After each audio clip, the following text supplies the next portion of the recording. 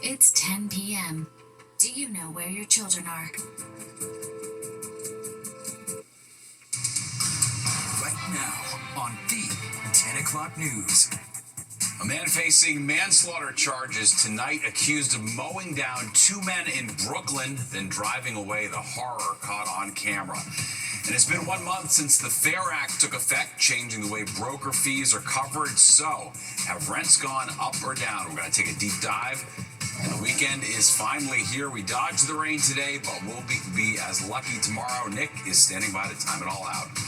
But we do begin with developing news. The deadly hit and run that took two lives in Brooklyn. Good evening. Thanks for being with us. I'm Steve Lacey. Natasha has the night off. That crash happening early this morning in Sunset Park, Brooklyn. The suspect arrested 7 hours later and about 8.5 miles away on Staten Island. Fox 5's Richard Giacobis live in Sunset Park at the scene of the tragedy. Richard. Steve, those two helpless victims were believed to have been walking to go get their free food for the weekend from a mobile market set up by City Harvest. But before they ever got to that market, they were in this crosswalk when they were struck by a speeding BMW. And that driver not only struck those two men, but then he took off. We will show you that surveillance video tonight, which we are pausing moments before impact as those two victims crossed over 52nd Street along 3rd Avenue under the Gowanus Expressway here in Sunset Park. This was just before sunrise this morning. They've been identified as 59-year-old Faki Lin and 80-year-old Kex Un Chen, both of Brooklyn. The video showing the two men wheeling shopping carts, one of them appearing to walk with a cane. They both cross the street before the light turns green, but the light changes while they're halfway across. Seconds later, that dark-colored BMW plows through and hits both of them. Police say both men died at the scene. The man who police arrested earlier after that 7-hour manhunt is 23-year-old Juventino Anastasio Florentino, whose mangled-up Beamer was tracked down through a number of surveillance cameras, eventually leading cops to Staten Island. They found him and arrested him. Florentino now facing a number of charges, including 2 counts of manslaughter and criminally negligent homicide. Those we spoke with described the moments immediately following that deadly crash when they saw what happened, and also lawmakers who tell us what needs to be done to protect New Yorkers who are just crossing the street.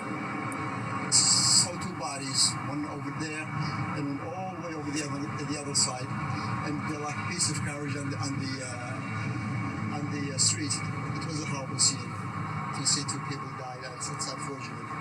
They were going down to get food from the harvest, City Harvest down the block. We have to punish the drivers that are reckless, the hit and run drivers. Nobody ever goes to jail. We need to send people to jail. According to the city, car accidents that resulted in pedestrian deaths are actually down this year compared to last year in the city, where the speed limit is 25 miles per hour. A person going double or even triple that. Those victims this morning never stood a chance. We're live in the Sunset Park section of Brooklyn tonight. Richard Giacobis, Fox 5 News. Steve. So senseless. All right, thanks, Richard. And officials are investigating a bus crash in Flushing, Queens that injured 7. This is surveillance video from a nearby deli. Police say a Q20 bus was heading west on 57th Road around 6 o'clock this morning.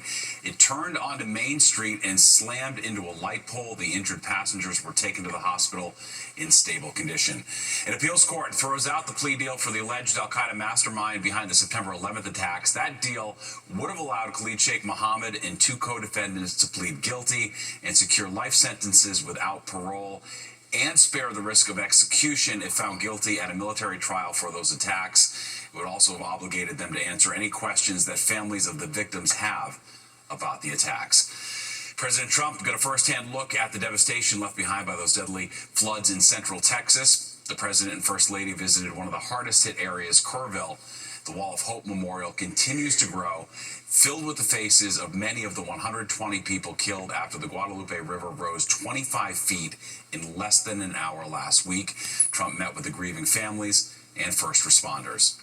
Just visited with incredible families that, look, they've been devastated. They lost their child or 2 children, and just hard to believe. And more than 170 people are still missing. And a reminder that you can join Fox in supporting recovery efforts in Texas. Scan the QR code on your screen or visit go.fox/TX flood relief. Your support's already helped raise more than $5 million to aid Central Texas communities. Thanks to all who've donated.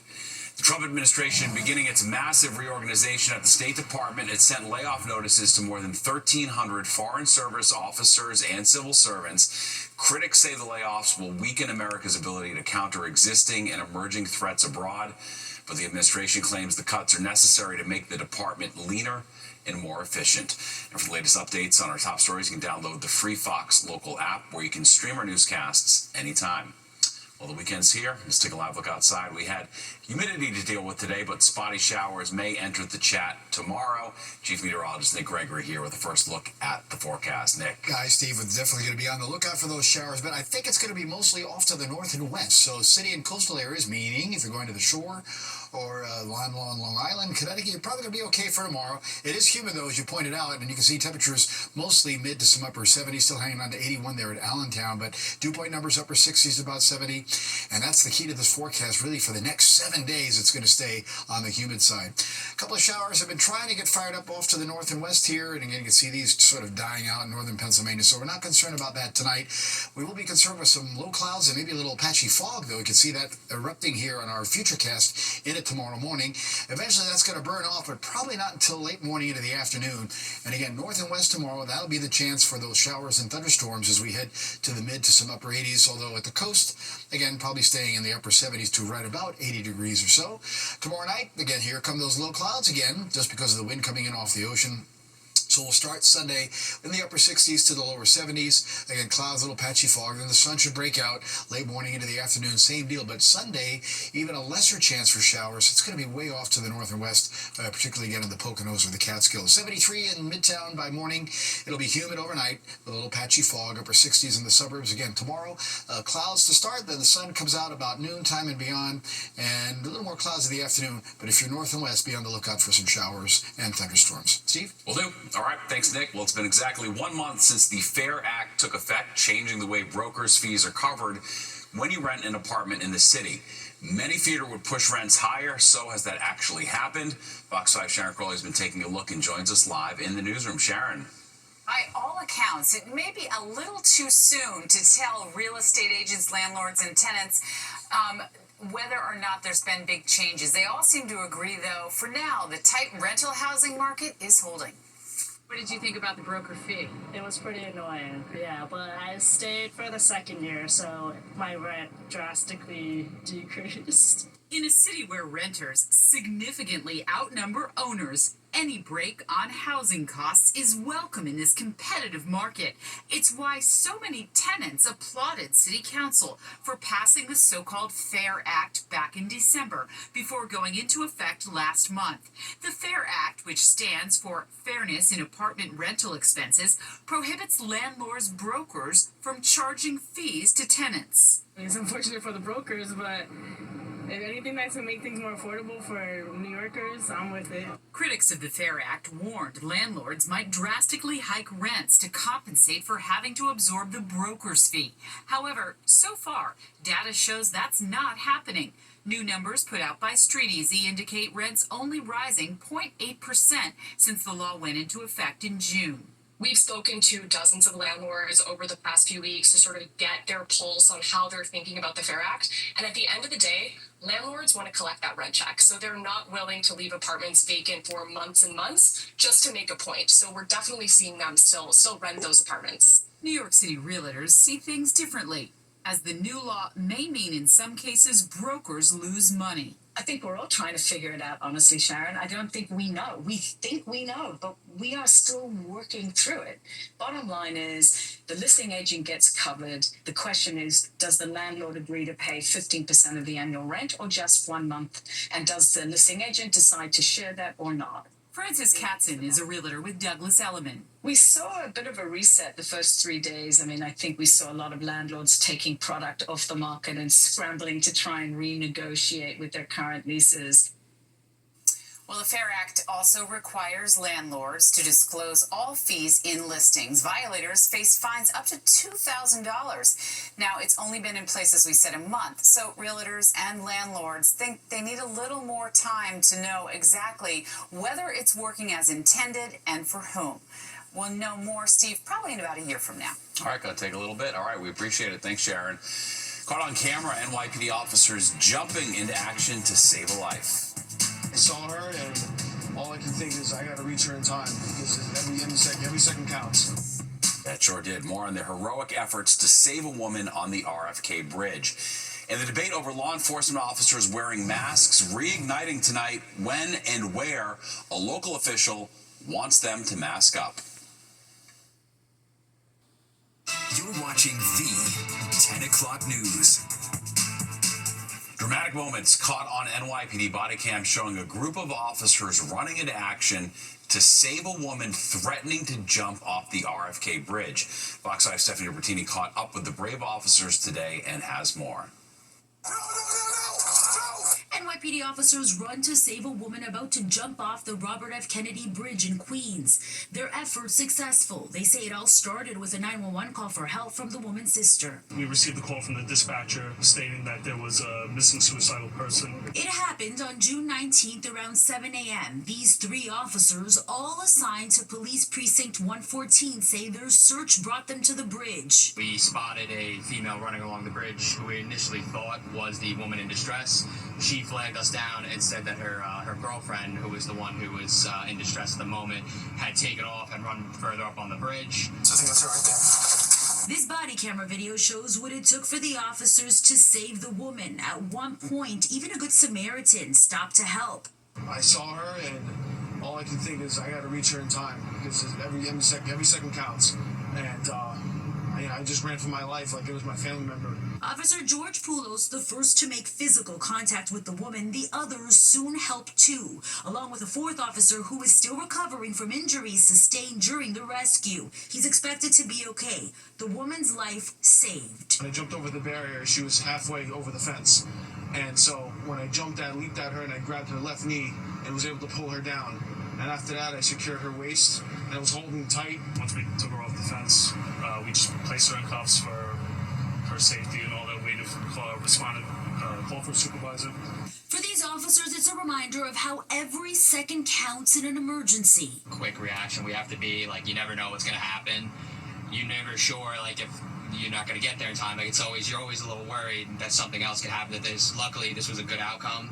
Hopefully she got the help she needs. The NYPD with this message: if you or someone you know is struggling, call the Suicide Prevention Lifeline at 988. Stephanie Bertini, Fox 5 News. Just remarkable. Wow. Well, Nassau County will now allow law enforcement officers to wear face coverings during certain operations. County Executive Bruce Blakeman signing that executive order today. It allows all federal, state, and local county police to wear masks or face coverings during operations like gang takedowns, drug busts, or operations with ICE agents who are their federal partners. Blakeman says the order protects the officers and their families. I'm signing this executive order so that our police officers, our partners in local, state, and federal government can feel comfortable that they will not be prosecuted for wearing a mask to cover their identity. The New York Civil Liberties Union called the order hypocritical, saying Blakeman fought relentlessly to ban civilians from wearing masks. The Nassau County Legislature approved a bill banning people from wearing masks in public places last year. A dramatic shift in the number of Americans who support immigration. According to a new Gallup poll, almost 80% now say it's good for the country. That's up 15% from last year. The poll also finds 2/3 of Republicans say immigrants benefit the country. That's up from 39% last year. Poll also shows a drop in support for mass deportations, which President Trump has championed since he was elected. And a state court has ordered Mayor Adams to comply with the city council's controversial housing voucher plan. The court ruled the city council had the legal right to expand the City Fighting Homelessness and Eviction Prevention Supplement voucher program. It would allow those facing eviction to get housing vouchers without first having to spend 3 months in the city shelter system, loosen income restrictions, and end work requirements. Mayor Adams has argued the plan would cost taxpayers $17 billion over 5 years. Well, if you're looking for something exciting to do this weekend, we've got you covered. The red carpet being rolled out tonight at Lincoln Center for the first night of the New York Asian Film Festival. Fox 5's Duarte Geraldino takes us there. Some of the most popular Asian stars in the world line the red carpet outside the Walter Reed Theater at Lincoln Center. A Korean action comedy is opening the festival. The spotlight is on what organizers called Cinema as Disruption. It's a celebration of films that are weird, wild, and just wonderfully unexpected. That theme comes to life in The Informant, a buddy cop film that leans into chaos, corruption, and plenty of laughs. And yes, you might recognize this guy. I'm Toksu, number 101 in Squid Game. Nice to meet you. In The Informant, he trades his usual sinister roles for something a little bit more playful. He portrays a bumbling detective in way over his head. His co-stars say the story blends action and comedy in a way that resonates. It's fun, it's a movie, and it has a message. The New York Asian Film Festival began back in 2002. Now it's one of the city's top film events. This year, there are more than 100 films. That includes 75 premieres and over 30 Q&As. The lineup features talent from across Asia. Quite frankly, many people say Asia and they're thinking, I don't know, people with small conic hat, whatever, but like, it's the majority of the world if you add up most of these countries. So it's really a massive amount of films, of stories. With Asian films leading global trends, this year's New York Asian Film Festival is more than just a celebration. It's actually a look into the future of storytelling. At Lincoln Center, Duarte Geraldino, Fox 5 News. Very cool. Well, MetLife Stadium is going to be the center of the soccer universe this Sunday. It plays host to the final of the Club World Cup final. Chelsea and PSG square off to see who's the greatest club team in the world. The 32-team tourney is the first of its kind, and many believe it's a prelude to next year's World Cup. PSG is the defending Euro champion and are favored to win on Sunday, but Chelsea's confident they have what it takes to win. Huge, it's the first tournament. That's amazing to put yourself in history books like that would be really, really good for the team, and also put confidence going into the final and then the future, which we're really excited for. And FIFA says the tournament has already attracted 2.5 million fans so far. Well, will it be a beach and backyard weekend? Nick's up next, and it is one of the many wonders of the city. Did he get a glimpse of Manhattanhenge tonight? If not, you've only got one more chance before 2026. Disappointing Manhattanhenge tonight, at least from 57th Street on the east side. The sun unable to pierce the thick clouds on the horizon, but the sky did turn a beautiful deep red. Tomorrow night at sundown is the last chance this year to catch Manhattanhenge. That's when the sunset aligns with the city's grid, but it'll only be a half henge because the sun will be partially obscured by the horizon. Bummer it didn't work out tonight. Let's take a look outside. Obviously, nighttime out and the weekends here. We're tracking humidity and the chance of some stray storms. Chief Meteorologist Nick Gregory here with more, and really should come as no surprise given how humid it's been the past few days. Yeah, exactly. And we're in that summer pattern here, Steve, in the middle of July, where we'll have that pop-up shower, thunderstorm threat in the afternoon time frame. And you saw that video just over the top of the city there, right? A bit of cloud cover starting to move in, and that's going to be the case now with the wind coming in off the ocean. Sort of lower clouds are going to come in overnight near the coast and probably stick around about midday. 84, 73 today, right about where we should be. Record high 98, record low 57. Right now 75. And still, again, though, mostly cloudy sky. Those clouds are lowering a bit now. Humidity's high, dew point high 60s. Pressure still rising. Very strong pressure reading there, 30.08. That's a good weather sign, though. We have upper 70s inland. There you go, from Poughkeepsie to Sussex to 81 still at Allentown, but then mid 70s down by Belmar. Even 69 to get out to the Hamptons. So we're going to see that southeast wind continue into tomorrow. Like I said, that will bring in some low clouds, a little patchy fog in spots overnight. While away from the coast, got hot today. Sussex and Scranton sharing 90 degrees, 87 Newark, but stayed in the 70s across Long Island. 80s to Hartford and 70s into eastern New England. 90 up there, though, at Syracuse. And Also, a couple of 90-degree temps. You go southward, Philadelphia, Washington, D.C., westward towards the Ohio Valley. And we're going to get into those 90s, not so much this weekend, but next week we do get into another heat wave around here. Showers have been trying to fire off to the north and west, but again, they're really not surviving, so we're not so concerned about those. Again, we're going to be sort of talking about more scattered showers, maybe again tomorrow afternoon. All the action tonight is happening back here in Chicago, right down to about northwest of St. Louis. So our future cast here, as we zoom in, is going to show that we'll have those low clouds come in overnight. You'll see them spreading in from the ocean, covering most of the area through at least mid to late morning. Then the sun should break out. That'll send the temperatures up in the middle upper 80s, except cooler at the coast. Now, if you're north and west of town tomorrow, you can see what's going to happen. Some scattered showers and thunderstorms, but they're going to, I think, stay away from the city and the area beaches. So some good news for those going to the shore tomorrow. But the low clouds will return tomorrow night into Sunday morning. They'll take a little longer again to break away.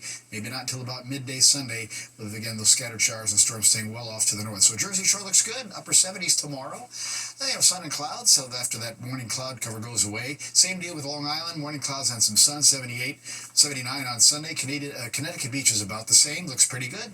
Lower 80s. Of course, all of these areas are going to be humid though over the weekend. Best chance for the thunderstorms though. Again, Catskills, Poconos each afternoon. Boaters winds east just about 5 to 10. 3-foot waves ocean 1 on the Sound. Low risk of rift currents, so good day to go to the beach. 73 tonight in the city. 60s in the burbs. 87 tomorrow. Again, cooler at the coast. Just a stray thunderstorm to the north and west in the afternoon.